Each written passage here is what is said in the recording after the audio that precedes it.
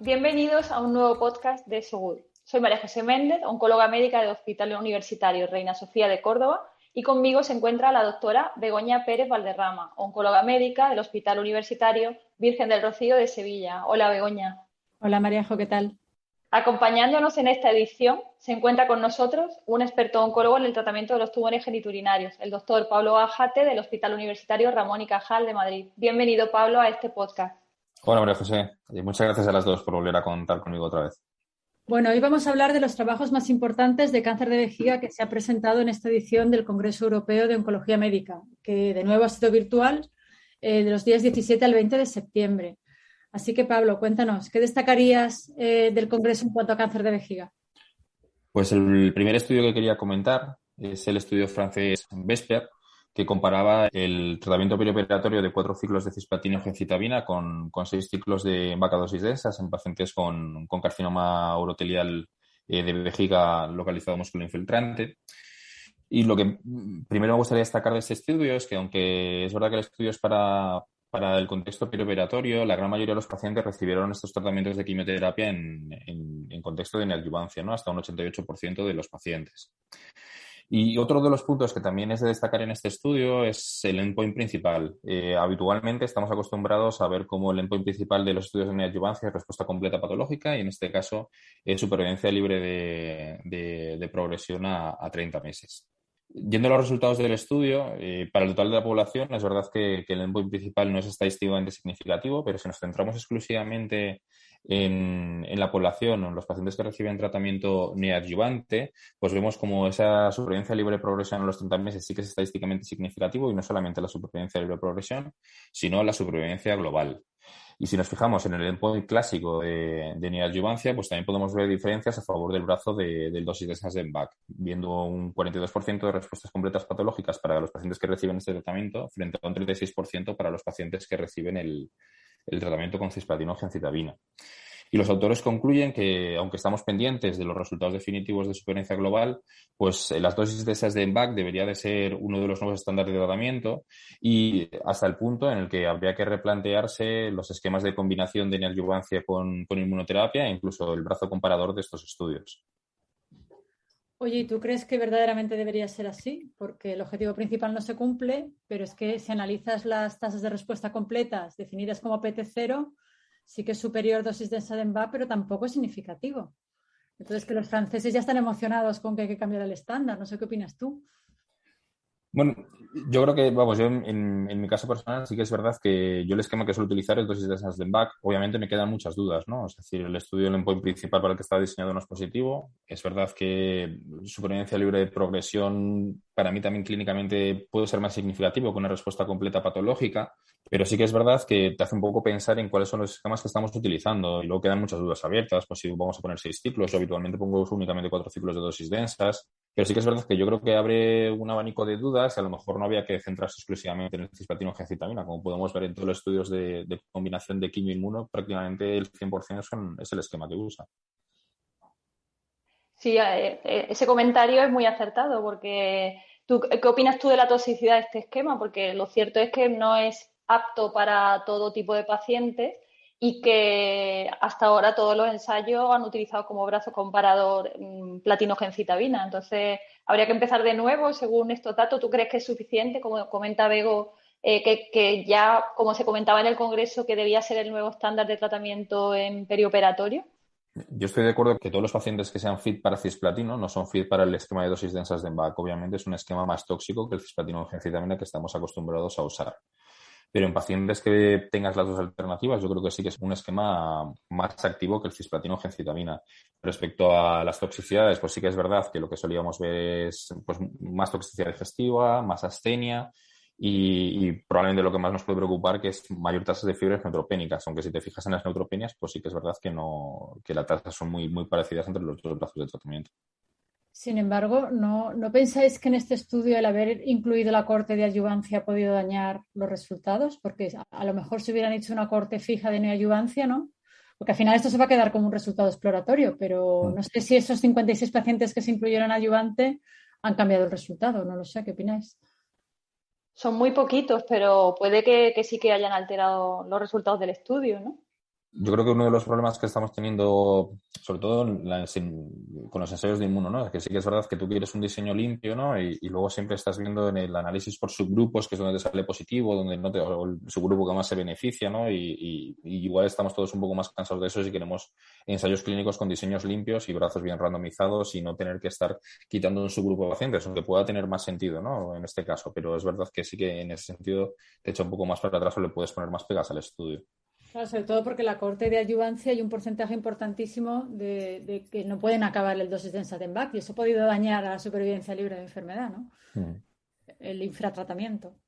Sí, sí, totalmente de acuerdo. En tu práctica clínica, entonces, tú sueles utilizar dose dense si el paciente es muy fit. Sí, sí, en caso de que pueda, sí. Sí, sí. Y en el número de ciclos, cuando utilizas cisplatino o gencitabina, el número de ciclos que utilizas, ¿puedes llegar en todos los pacientes a 4 o en algunos pacientes con 3? Intento llegar a los 4, ¿eh? Sí que es verdad que esto también será pues casualidad, pero cuando suelo usar cisplatino o gencitabina veo más toxicidad, neutropenia, plaquetopenia y muchas veces te hace retrasar más los ciclos posteriores y es verdad que algunas veces te puedes quedar más corto. El segundo estudio que quería comentar es el estudio Nabucco, que es un estudio que también evalúa el papel de un tratamiento neoadyuvante en pacientes con carcinoma de vejiga musculoinfiltrante. Y en este congreso lo que se presentaron fueron los resultados de la cohorte 2. Por recordar los resultados de la cohorte 1, en la cohorte 1 se utilizaba un esquema de nivolumab y ipilimumab en el que empezaba con un tratamiento con ipilimumab una dosis, posteriormente pasaban a una combinación de nivo-ipi y acababan con nivo. ¿Vale? En esta cohorte 1 el objetivo principal era tasa de respuestas completas patológicas que llegaba a ser hasta del 46%. ¿Vale? Como se ha hecho con otros tumores, pues lo que se ha intentado buscar es un esquema que, manteniendo la efectividad, pues pudiera encontrar un perfil de toxicidad un poquito más favorable, bajando la dosis de ipilimumab, ¿vale? Entonces, en este estudio y lo que se ha presentado ahora en la cohorte 2, lo que han hecho es coger dos brazos. En uno de ellos, los pacientes van a recibir 2 ciclos de la combinación IPI a 3 miligramos kilo y nivolumab al miligramo kilo y luego la tercera dosis de nivolumab. Y en el otro brazo lo que reciben los pacientes es ipilimumab a dosis de 1 miligramo kilo y nivolumab a dosis de 3 miligramos kilo por 2 ciclos y posteriormente una dosis extra de nivolumab. Es verdad que es un estudio pequeño en el que se incluyeron únicamente 30 pacientes, 15 en cada brazo, ¿vale? De los cuales únicamente fueron evaluables 28. Y lo que sí que se observó, el objetivo principal, igual que en la cohorte 1, era respuestas completas patológicas y se observó como el brazo A, es decir, el que recibe la dosis de ipilimumab a 3 miligramos kilo y nivo a 1, pues tiene una tasa de respuestas completas patológicas muy superior al brazo B, ¿vale? Un 43% frente a un 7%, por lo que los autores lo que concluyen es que parece que la combinación de ipilimumab a dosis de 3 miligramos kilo más nivolumab a dosis de 1 miligramo kilo sería la más conveniente a la hora de continuar el desarrollo en este sentido. Sí, al final este estudio un poco lo que refrenda son los datos de metastásica, ¿no? Que IP3 nivel 1 en vejiga parece que es más eficaz, ¿no? Aunque bueno, también más tóxico. Vamos, totalmente de acuerdo, ¿no? Yo creo que por lo menos aquí sí que vemos cierta consistencia con lo que ya sabíamos, ¿no? Que por lo menos después de lo que estamos viendo muchas veces con la inmunoterapia, pues te ayuda a que todo concuerde. Sí que es verdad que yo creo que también se han llevado sorpresa porque es verdad que el melanoma en otros tumores pues parece que la combinación mantenía eficacia y bajaba toxicidad, pero bueno, que en este caso no es así que habrá que hacer caso un poco a los datos. Es verdad que es una corte muy pequeña, que únicamente 15 pacientes en cada brazo, pero lo que tenemos a día de hoy es esto. Pero llama la atención la diferencia, ¿no? Del 43% al 7%, súper llamativa. Sí, es que es mucha diferencia. Si me apuras con dosis de nivolumab, bueno, con dosis de un anti-PD1, anti-PD1 en monoterapia, vemos unas tasas de respuestas completas patológicas mucho más altas, ¿no? O sea, sí que es verdad que sorprende el porcentaje tan bajito, ¿no? Un 7% nada más. ¿Y crees que podría ser una opción en pacientes unfit para cisplatino? Bueno, la verdad es que ahora mismo es que es una necesidad no cubierta, ¿no? Es decir, realmente no, fuera de ensayo clínico no podemos ofrecer ningún tratamiento. Todos estos pacientes se van a cirugía de entrada, o sea que tendremos que empezar a plantearnos ciertas estrategias como de ese tipo para poder tratar a estos pacientes, ¿sí? Poder ofrecerles algo. Además, este estudio incluía enfermedad ganglionar, que también es llamativa, ¿no? La tasa de respuesta buena para afectación que incluye hasta, me parece, hasta N2, N3. Sí, totalmente. No, el porcentaje de T4 y tal sí que era relativamente alto, o sea que sí, bueno, totalmente de acuerdo. El tercer estudio que se presentó en neoadyuvancia para el carcinoma de vejiga fue el que evaluaba la combinación de avelumab con dosis tesas de EMBAC y con cisplatino gencitabina.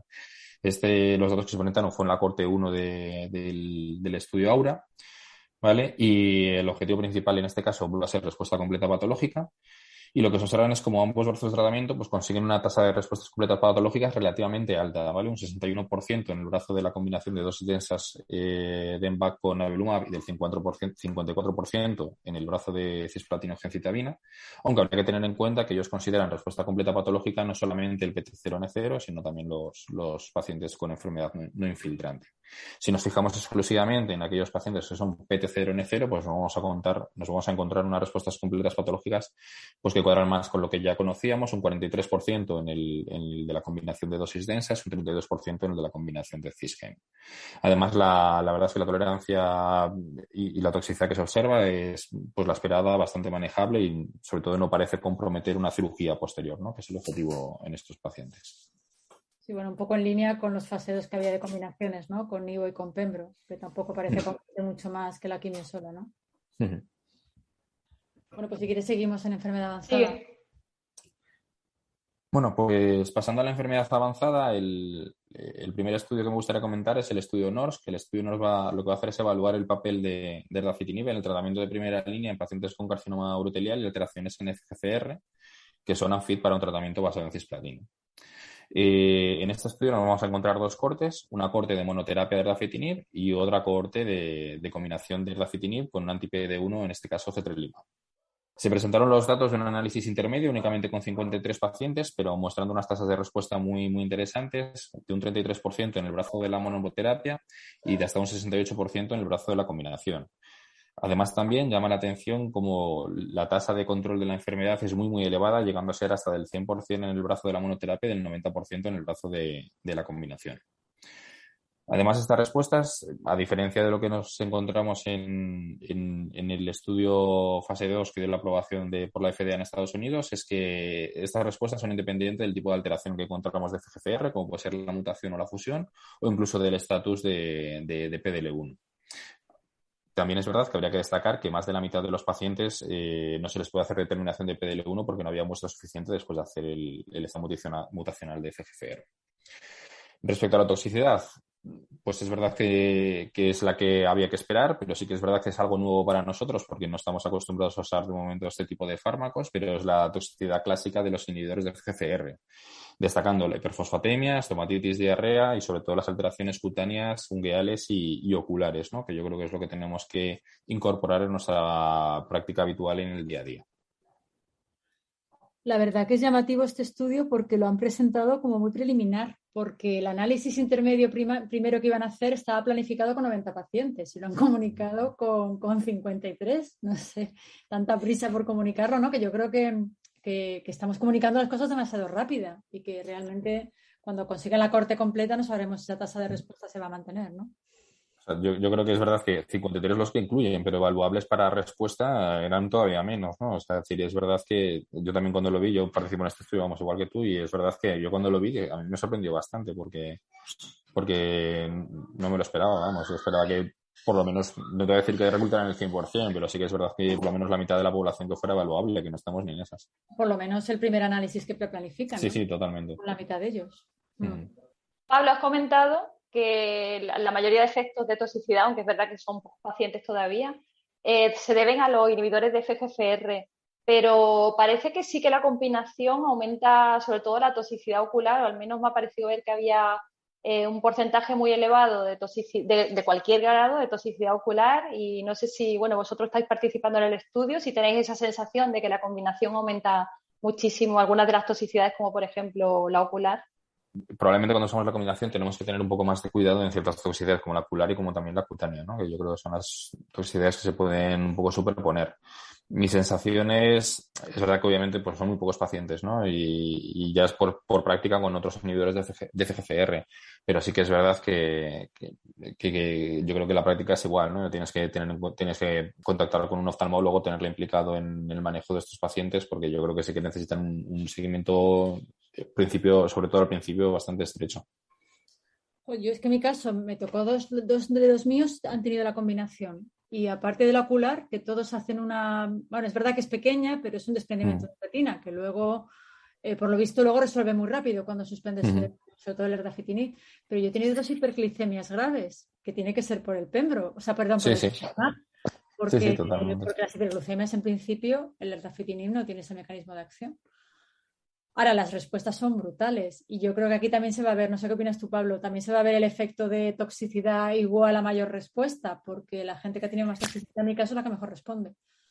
Lo que ya habíamos visto, ¿no? Era que la hiperfosfatemia se asociaba a mayor tasa de respuestas y yo creo que esto pues lo vamos a seguir viendo también en la combinación. Tendremos que ver, ¿no?, cómo van, pero es verdad que las respuestas que estamos viendo son muy buenas. A mí mi gran duda o lo que yo me planteo esto es la duración de la respuesta. En monoterapia soy más negativo. Es verdad que en el estudio de segunda línea posplatino pues un 30% tiene una supervivencia de enfermedad de progresión por encima de 12 meses, que está muy bien. Pero sí que es verdad que mi sensación es que las respuestas son más cortas, ¿no?, de lo que vemos con otros fármacos. Al añadirle el mono, ojalá cambie, ¿no? Pero esa es mi sensación. Claro, igual es el truco un poco como han hecho EV con Pembro, ¿no? Es decir, en este caso el ERDA induce una respuesta muy rápida y luego el cetrilimab la mantiene, ¿no? Lo que pasa que todavía el seguimiento es que es muy pequeño, además. Sí, es que vamos, no mide la duración de la respuesta, ¿no? O sea que... El otro estudio que quería comentar es el estudio fase 2, que es el que evalúa la combinación de pembrolizumab con un inhibidor de las efrinas en pacientes con carcinoma urotelial que habían sido previamente tratados con un platino. Por explicar un poco el racional de estos fármacos en primer lugar, pues las proteínas de transmembrana de efrinas y sus ligandos están presentes en las células endoteliales y están sobreexpresadas en vasos tumorales. La interacción de las efrinas con su receptor se ha visto que está especialmente sobreexpresado en carcinoma urotelial y que va a tener un efecto protumoral respecto a la progresión tumoral, respecto a la angiogénesis y también sobre la modulación del sistema inmune, ya que va a permitir el tráfico de células implicadas en el sistema inmune. Bueno, pues la molécula que se presenta en este estudio lo que va a hacer es se va a unir a la efrina B2 y va a bloquear esta interacción. El objetivo principal de este estudio es evaluar si existe un papel sinérgico entre esta molécula y el pembrolizumab en los pacientes, como he dicho antes, con carcinoma urotelial tras progresión a un platino. Se incluyeron 70 pacientes, de los cuales 46 presentaron una sobreexpresión de la efrina B2 por inmunistoquímica, y la tasa de respuestas para el global de la población fue de un 37%, pero cuando nos fijamos únicamente en la población que es efrina B2 positiva, ¿de acuerdo?, utilizando esto como un biomarcador, pues la tasa de respuestas va a superar el 50%. La duración de la respuesta no se alcanzó en ninguna de las dos poblaciones y la supervivencia libre de progresión y la supervivencia global pues observó lo mismo que con la tasa de respuestas. En el subgrupo de los pacientes efrina B2 positivo era superior, llegando a ser de 5,7 la supervivencia libre de progresión y 21,5 meses la supervivencia global. Respecto a los efectos secundarios más frecuentes, pues por destacar los dos más frecuentes fueron la hipertensión, con un 74% y un 45% de los pacientes eran grado 3-4, y la astenia, que llegó a ser de grado 3-4 en torno a un 10% de los pacientes. Y ante la buena tolerancia que parece que tiene este fármaco en combinación con pembrolizumab y los resultados prometedores de eficacia, pues están planteando el continuar su desarrollo con un estudio fase 3.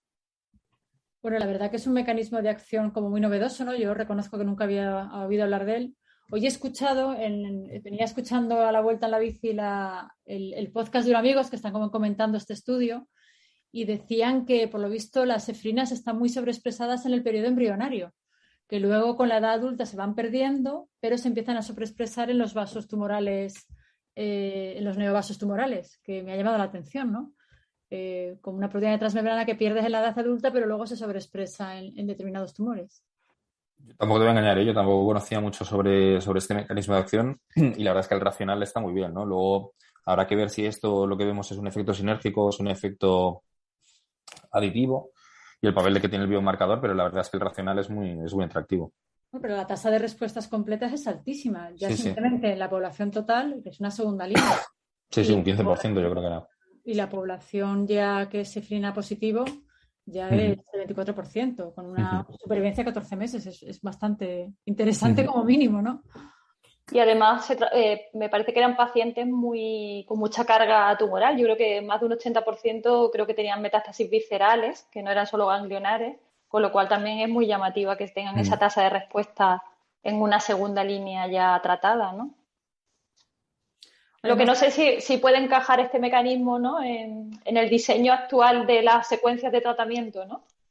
Porque parece que se está poniendo en marcha un fase 3, ¿no? Pero no sé yo si tiene cabida con la situación actual de las líneas en cáncer de vejiga, ¿no? Claro, yo creo que ahora en el diseño de los estudios carcinoma-uroterial hay que ser bastante inteligente, ¿no? Porque, bueno, ya ha cambiado, o sea, hay algunos estudios que ya todavía están en marcha y ya se han quedado obsoletos, ¿no? Y yo creo que hay que ser también inteligente de cara a lo que se va a aprobar en los próximos meses, de cara a diseñar tu estudio, que va a ser de un reclutamiento de habitualmente que estamos hablando por encima de un año, ¿no? Entonces, yo creo que eso es una cosa a tener en cuenta a la hora de diseñar el estudio, a la hora de intentar posicionar el fármaco en algo que realmente nos interesa. De todas maneras, de momento creo que están ampliando la cohorte para los pacientes puramente FRINA positivos. Uh-huh. Van a hacer una ampliación de la cohorte porque creo que la FDA les ha dado como condicional que amplíen la cohorte de los FRINA positivos. Porque, bueno, han pedido una aceleración de esta, es una aprobación de esta es acelerada, pero ha puesto como condición que se amplíe la cohorte de los que son positivos. Así que habrá que ver. Lo que pasa es que ya empezamos otra vez con los antiangiogénicos, la tasa de hipertensión es altísima. Es 4 de casi el 50%, es una pasada. Sí, la verdad es que es más que lo que estamos acostumbrados en cáncer renal, ¿no?